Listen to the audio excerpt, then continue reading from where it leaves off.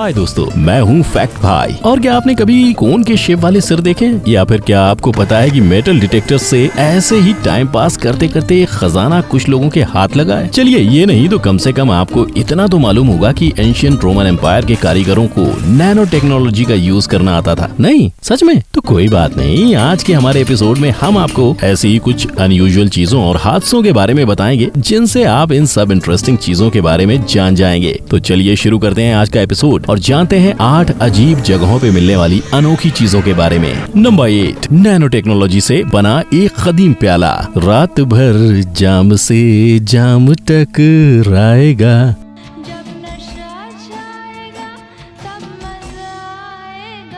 अब गाने में आपको मजा आया हो या ना आया हो, वैसे बेसुरा गाता हूँ, लेकिन दोस्तों आप में से कितने लोगों को पता है कि ये गाना किस फिल्म का है? पता है तो कमेंट में हमें जरूर बताइए। एनीवे दोस्तों, बंदर से इंसान बनने के बाद से ही दुनिया की हर सिविलाइजेशन में लोगों को शराब का चस्का लगा हुआ है, चाहे वो पुराने जमाने की क्ले पॉटरी हो या आज के जमाने के ग्लास ब्लोन टम्बलर्स। हर जमाने के कारीगर जाम और प्यालों पर अपने हुनर की महारत दिखाते आ रहे हैं, मगर अब मैं जिस जाम के बारे में आपको बताने जा रहा हूँ वो दुनिया का सबसे अनोखा और अपनी तरह का इकलौता जाम है। दोस्तों ये है लाइकर्गस कप, जो 4th सेंचुरी में रोमन एम्पायर के दौर में बनाया गया एक जाम है। किसी को पता नहीं कि इस कप को किसने बनाया था या फिर ये कहाँ बना था और इन 1600 सालों में किस किस के हाथों में गुजरा है, मगर 1958 में ये ब्रिटिश म्यूजियम के हाथ लग गया जब मशहूर रॉथस्चाइल्ड फैमिली के विक्टर रॉथस्चाइल्ड ने इसे म्यूजियम को डोनेट कर दिया। म्यूजियम के क्यूरेटर ये देखकर हैरान रह गए कि ये जाम तो रोशनी बदलने पर अपना रंग भी बदल सकता है। सामने से लाइट मारने पर ये रेड दिखता है और पीछे से लाइट मारने पर ग्रीन। वाओ, रियली ये कैसे हो सकता है भाई? एक्चुअली इस सवाल का जवाब तो म्यूजियम वालों के पास भी नहीं है। Until recently it was only in 1990s जब रिसर्चर्स ने इस जाम के छोटे टुकड़े को माइक्रोस्कोप में देखा तो उन्होंने डिस्कवर किया कि इस जाम को बनाने में नैनो टेक्नोलॉजी का इस्तेमाल किया गया है। व्हाट, 4th सेंचुरी में नैनो टेक्नोलॉजी?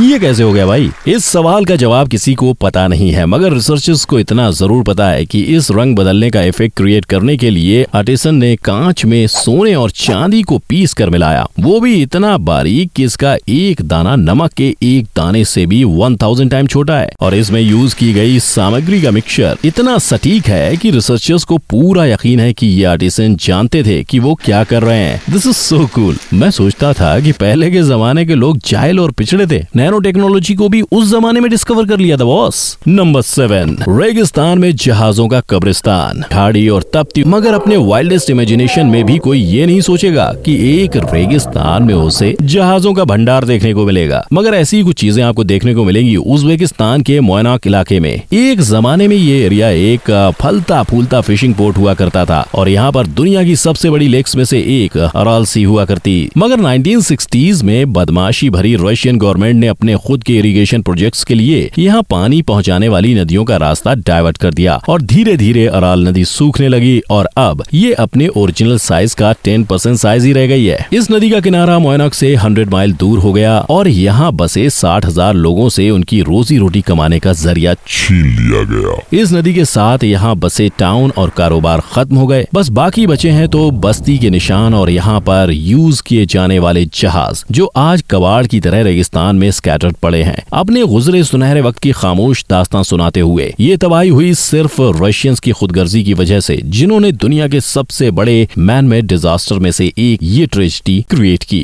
नंबर 6, दीवार में मिली पेंटिंग। फ्रेंड्स, आप में से कितने लोगों ने कभी पेरिस जाने का अरमान किया है? भाई मैं तो कभी ना कभी इस सुहाने शहर के खूबसूरत नजारों को, यहाँ के म्यूजियम को देखने एक बार जरूर जाना चाहूंगा। इस शहर का कोना कोना हिस्ट्री, कल्चर, फैशन, आर्ट और स्टाविंग इंस्पायरिंग आर्टिस्ट से भरा पड़ा है। कुछ वक्त पहले famous fashion designer Oscar de la Renta ने इसी शहर में अपना एक बुटीक खोलने के लिए एक इंश्योरेंस ऑफिस की बिल्डिंग सिलेक्ट की और जल्द ही उसे एक बुटीक में कन्वर्ट करने का काम शुरू करवाया। आमतौर पर रिनोवेशन के दौरान कंस्ट्रक्शन वर्कर्स को बहुत सारा कचरा और कबाड़ का सामान मिलता ही रहता है, मगर यहाँ पर तो एक दीवार के पीछे उन्हें एक मैसिव 10 बाई 20 फीट की एक शानदार पेंटिंग मिली, जिसे देखकर सब हक्के बक्के रह गए। आर्ट हिस्टोरियन स्टीफन पेंटा ने इस पेंटिंग की जांच करके बताया कि ये पेंटिंग 1674 में अर्नोल्ड डे व्यूज नाम के एक पेंटर ने बनाई थी, जिसने वर्साइलेस के महल में भी काम किया था। ये पेंटिंग किंग लुइस 14 के एक एम्बेसडर की थी जब वो जेरूसलम जेरूसलम में दाखिल हो रहे थे। जब ये पेंटिंग मिली तो वो धूल मिट्टी से भरी पड़ी थी, मगर रिस्टोरेशन के बाद ये खूबसूरत painting Oscar de la Renta के बुटीक में अब डिस्प्ले के लिए रखी गई है। Number 5, Mildenhall treasure set. Friends, वो साल था 1942 और ब्रिटेन एक छोटे से इलाके में माइल्डनहॉल में एक किसान गॉर्डन बुशर खेती कर रहे थे जब उसे जमीन की खुदाई के वक्त चांदी के बर्तनों का एक ढेर मिला। उसने तुरंत अपने मैनेजर सिडनी फोर्ड को बुला के ये खजाना दिखाया। फोर्ड को एंटीक्स के बारे में कुछ जानकारी थी तो उसने इसे प्यूटर या लेड के बर्तन समझ के उसे अपने कब्जे में ले लिया। इस कलेक्शन में 1-2 फीट चौड़ी चांदी की बनी लगभग 8 किलो के वजन की एक बड़ी सी डिश भी है, जिसको फोर्ड ने शोपीस की तरह अपने घर में सजा कर रखा है और कुछ बर्तनों को तो अपने रोजमर्रा के इस्तेमाल में भी ले लिया है। फोर्ड जानता तो था कि सब चीजें हिस्टोरिकल इंपॉर्टेंस की हैं, मगर चूंकि उस वक्त सेकंड वर्ल्ड वॉर चल रहा था तो उसे पता नहीं था कि वो इसका क्या करे।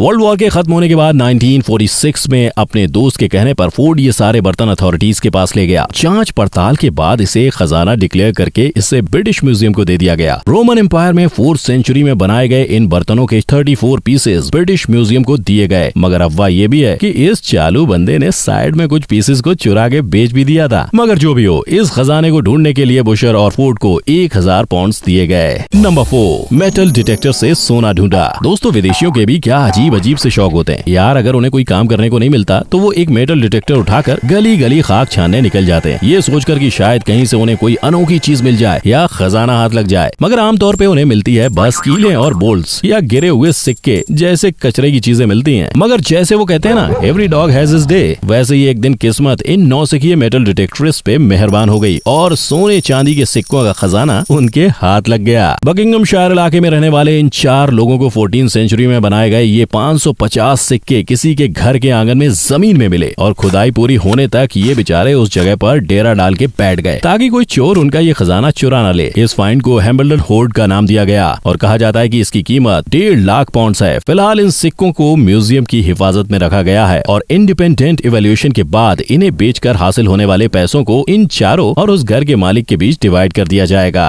Number 3, storage unit treasure. भाई, हमारे इंडियन माँ को तो ये आदत होती है कि घर और अपने बच्चों की हर चीज को जमा करके अलमारियों में रखती हैं। और अगर आपका घर बड़ा है तो घर के किसी कोने में स्टोरेज रूम में परिवार का ये सारा रद्दी सामान आपको भरा पड़ा मिलेगा। मगर अगर कभी घर शिफ्ट करना हो तो फिर क्या? फिर तो घमासान शुरू हो जाती है कि किस चीज को रखें और किसको फेंकें। मगर हमारे अमेरिकी भाई बहनों में ये आदत नहीं है। अगर उन्हें घर बदलकर शहर से दूर जाना पड़ता है तो वो एक स्पेशली डिजाइन स्टोरेज रूम को किराए पे ले लेते हैं, जहाँ बेकार की सारी चीजें ठूंस के रखकर कम से कम सामान के साथ अपने नए घर में सेटल हो जाते हैं। ज्यादातर लोग वापस आकर इस स्टोरेज यूनिट से अपनी चीजें निकाल तो लेते हैं, मगर कभी कभी ऐसा भी होता है कि इन चीजों का ओनर किसी वजह से उन्हें वापस लेने आता ही नहीं और महीनों तक वो चीजें ऐसे ही यहाँ पर पड़ी होती हैं। तो दोस्तों, एक बार सेंट जोस एक आदमी ने किसी और की छोड़ी हुई चीजों से भरा हुआ स्टोरेज यूनिट बस $1100 में एक ऑक्शन में खरीदा था। उसने तो बगैर देखे ये सारा सामान खरीद लिया। तो सोचिए इस आदमी की कैफियत क्या हुई होगी जब पहली बार उसने देखा कि ये तो भारी भरकम बक्सों से भरा पड़ा था और ये इतने वजन के थे कि उसे उठाने के लिए 3 हाथ भी लगे। बॉक्सेस को खोलने के बाद तो जॉन की हवाएं ही उड़ गईं, क्योंकि उसे इनमें रखे एक प्लास्टिक कंटेनर में सोने चांदी के सिक्के मिले जिनकी कीमत है $5 लाख, यानी कि करीब 3,75,00,000 रुपए।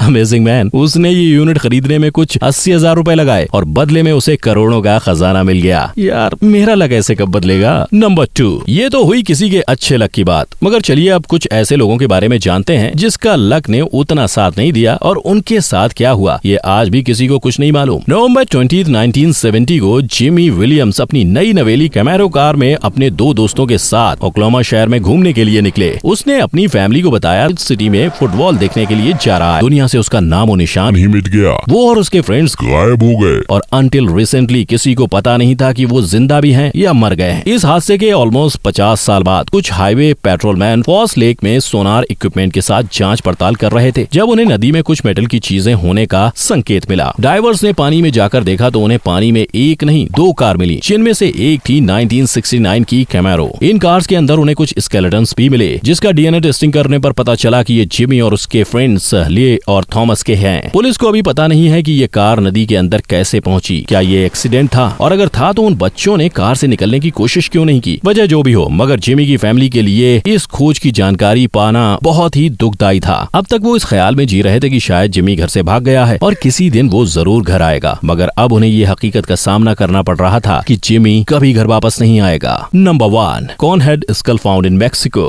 फ्रेंड्स, आपको लगता है कि ऐसे बड़े बड़े नुकीले सर आपको सिर्फ कहानियों में ही देखने को मिलेंगे, तो आप गलत हैं। रिसेंट डिकेड्स में फ्रांस, जर्मनी, बुल्गारिया और मेक्सिको में हकीकत में ऐसे कुछ स्केलेटन्स मिले हैं जिसे देखकर ये लगे कि ये नॉर्मल इंसान के स्केलेटन नहीं बल्कि किसी एलियन रेस के स्केलेटन्स होंगे। वैसे कॉन्स्पिरेसी थ्योरिस्ट ने इन्हें एलियंस के ही स्केलेटन समझते हैं, मगर आपको इस बकवास पर यकीन करने की जरूरत नहीं है। इन खोपड़ियों के ऐसा शेप होने की भी एक खास वजह है। दोस्तों, जैसे मैंने अनयूजुअल ब्यूटी स्टैंडर्ड्स वाले वीडियो में बताया था कि कैसे थाईलैंड की औरतें नेक रिंग्स डालकर अपने गले को लंबा करती हैं, वैसे ही मेक्सिको में भी एंशियंट टाइम्स में सिर को लकड़ी से लपेटकर लंबा करने का रिवाज था। इसी वजह से स्केलेटन्स की खोपड़ी इतनी लंबी है यार। सबसे पहले मेक्सिको में डिस्कवर होने वाले ये स्कल 1999 में मिले थे, जब ओनवस इलाके में इरिगेशन कैनल का काम चल रहा था। कैनल की जमीन के अंदर 1000 साल पुराना एक कब्रिस्तान मिला जिसमें 25 डिफॉर्म्ड स्कल मिले, जिसमें 17 ऐसे स्केलेटन थे जो 5 महीने से 16 साल की उम्र वाले बच्चों के थे। इतनी कम उम्र के बच्चों का ऐसा डिफॉर्म्ड सिर मिलना ये बात को इंडिकेट करता है कि शायद ये बच्चे इस खोपड़ी के साइज बदलने की प्रोसेस के दौरान कॉम्प्लिकेशंस की वजह से मर गए होंगे। यार, पुराने जमाने में लोगों को काम धंधा नहीं होता था, कभी वो गर्दन, कभी होठ और कभी सिर बड़े करने